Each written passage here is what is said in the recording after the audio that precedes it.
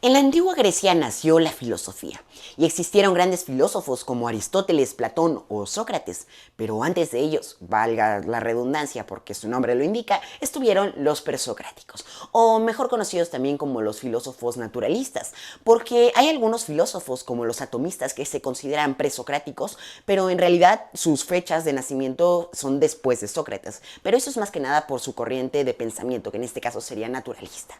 Y uno de los fragmentos más grandes que conservamos, de hecho es el más grande que encontramos hasta el momento, de los filósofos presocráticos, es el de Parménides, que es el conocido como Poema de Parménides, en el cual este gran filósofo nos plantea una disyuntiva. Él va montado en una carreta que va tirada por 2 caballos y van junto a él las hijas del sol. Y entonces llega a las puertas del sol y la luna, donde se abren, que es la mayor oposición, el sol contra la luna, se abren y da espacio a un lugar que está lleno de luz, y ahí aparece una diosa que le empieza a recitar las 2 partes últimas del poema. Está compuesto de 3 partes, al menos lo que conservamos. La primera la narra Parménides y las otras 2 son las que le narra la diosa, la parte de la opinión y la parte de la realidad. Parménides no es únicamente un gran presocrático, sino que también es el que inaugura la escuela de los eleatas, que después le seguiría Zenón de Elea, y su predecesor fue Genófanes. Genófanes, él hablaba de diferenciar entre el conocimiento y la opinión. El conocimiento es el verdadero, lo que realmente existe, lo que Platón llamaría quizá como lo que está fuera de la caverna. Y está también la opinión, que es únicamente lo que tú crees saber. Esta diferenciación es lo que hace después Parménides, porque Genófanes lo influenció definitivamente. Y entonces Parménides en este poema expresa que existen 2 caminos. El de el ser, que es lo que existe, que es lo perfecto. Dice que el ser es esférico, porque la esfera es la figura perfecta para los griegos. Y el otro camino es un camino que no existe, porque es el camino del no ser.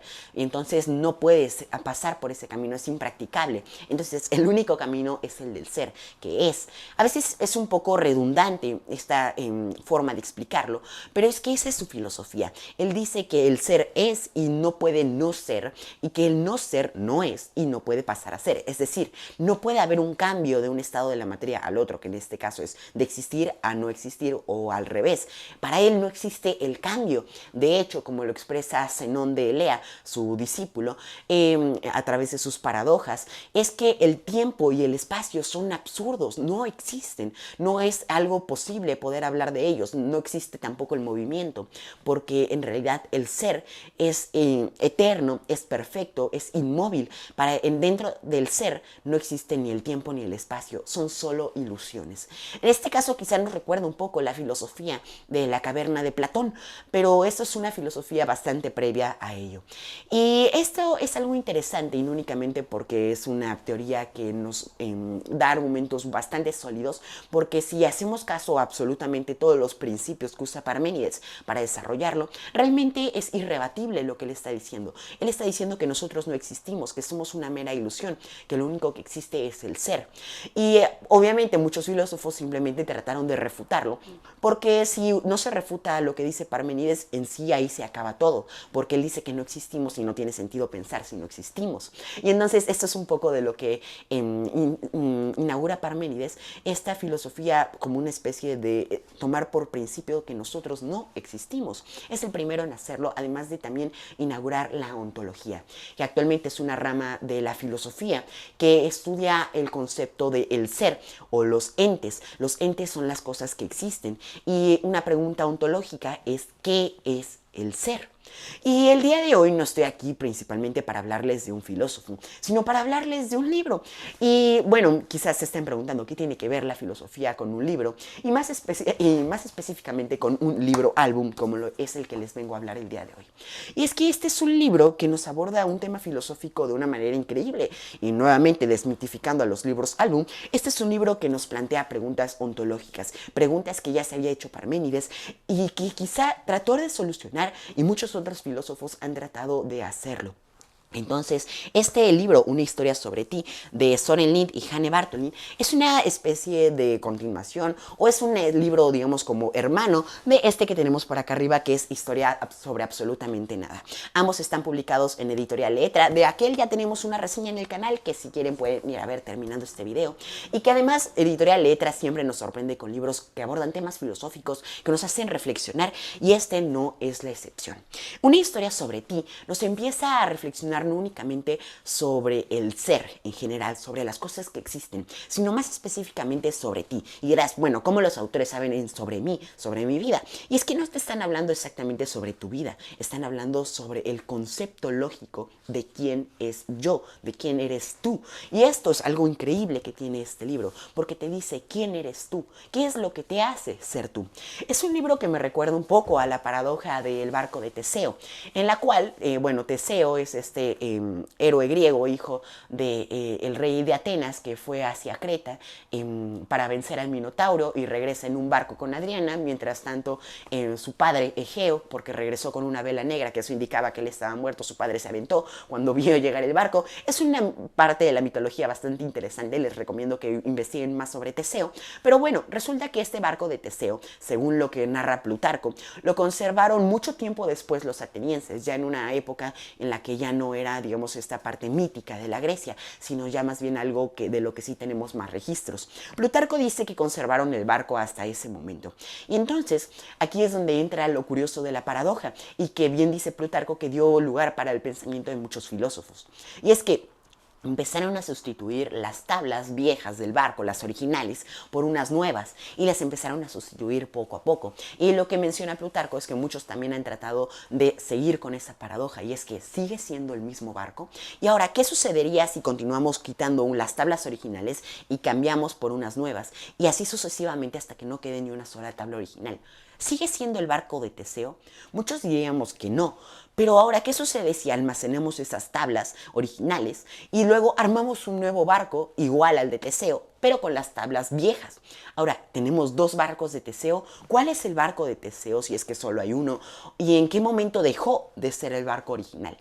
Esta es una paradoja que muchos han tratado de resolver. Aristóteles, existen muchos tipos de respuesta, y es que para empezar, desde que quitamos la primera tabla ya no es el barco, o que es por porcentajes, que es el 30% del barco de Teseo, o también, y el otro es 70% barco de Teseo y el resto es otra cosa. Otros dicen que simplemente son objetos totalmente distintos, y bueno, hay muchas formas de responderlo. De hecho, Aristóteles hablaba de que el principio se puede tomar de distintas formas. Un principio material, en el que lo que tomamos como la esencia de ese ser es los elementos de los que está compuesto. Otros dicen que es el objeto, o también otro principio podría ser el uso para que el que fue diseñado, que es para transportar a Teseo. Otro puede ser el diseño o la intención de ese barco, que es que sea un barco, que ese es el objetivo de ese objeto. Y entonces sí sigue siendo el barco de Teseo. Y depende de la perspectiva en la que lo miremos, puede tener distintas respuestas. Y por eso es una paradoja. Y entonces ahora nos preguntamos, ¿en qué momento somos nosotros? ¿En qué momento dejamos de ser nosotros? Nuestro cuerpo poco a poco va perdiendo las células, las vamos tirando. Nuestros huesos van cambiando, incluso nuestros órganos van cambiando. Realmente lo que queda de nosotros después de años de haber nacido es realmente poco de ese bebé original, o lo que podríamos llamar original. Entonces seguimos siendo el mismo, ese que nació hace tiempo y ahora el que creció, porque obviamente ya mi masa no es la misma. Entonces tengo que tener células nuevas. Entonces, ¿soy un porcentaje? No soy un porcentaje, sí soy. ¿O acaso lo que nos hace son nuestros pensamientos? Y creo que esto es una frase que tiene genial este libro, y es que si lo que nos hace es nuestro pensamiento, entonces cuando compartimos nuestro pensamiento con otra persona, entonces esa persona también se vuelve nosotros. Y también otras cosas, por ejemplo, distintas posibilidades del tiempo. ¿Qué hubiera sucedido si, por ejemplo, nuestros abuelos no se hubieran conocido? Quizás si hubiera tenido un hijo nuestra abuela con alguien más que no hubiera sido nuestro abuelo, y entonces ese que quizás sea nuestro papá o nuestra mamá no sería el mismo. Y si quizá esa persona tenía un hijo, pues entonces ya no seríamos nosotros. nosotros o sí seríamos nosotros en otra versión? ¿Qué es lo que nos hace ser nosotros? ¿Cuál es nuestra esencia? ¿Cuáles son esos elementos principales que nos hacen ser una persona?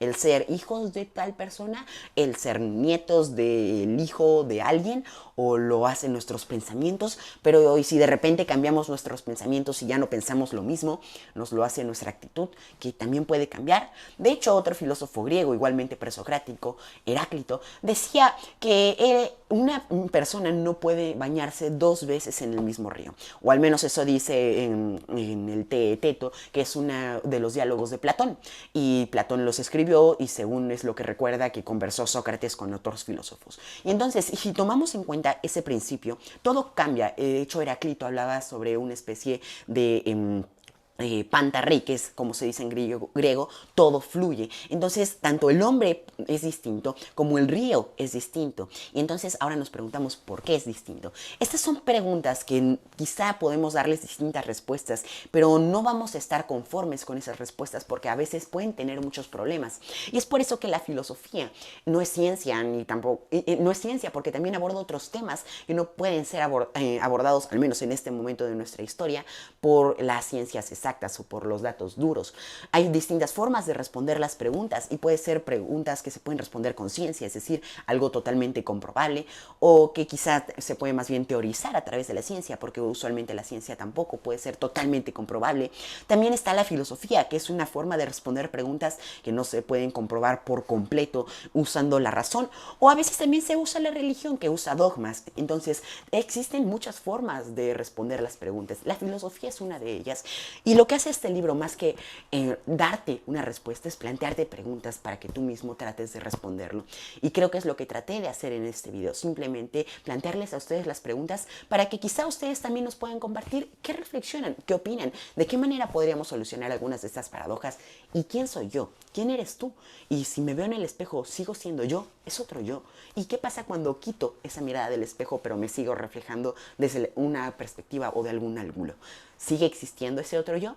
Entonces, son distintas preguntas que vienen dentro de este libro que nos harán pensar, que también con unas ilustraciones bastante buenas de Hanne Bartholin, que para variar nos acompañan 2 personajes que los invito a que los puedan encontrar. En el de Una historia sobre absolutamente nada nos acompañaba un pequeño fantasmita que también está oculto en la portada, y esta vez no es la excepción. De hecho, por aquí podemos ver una especie de fantasmita con alas, y también hay otro personaje dentro del libro que va a estar presente en todas las ilustraciones. Eso también es como una especie de encontremos a Wally, aquí es encontremos a los fantasmitas.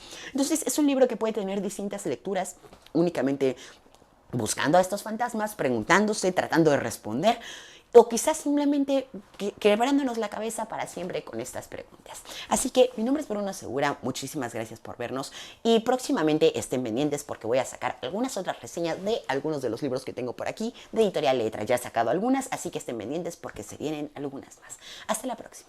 Thank you.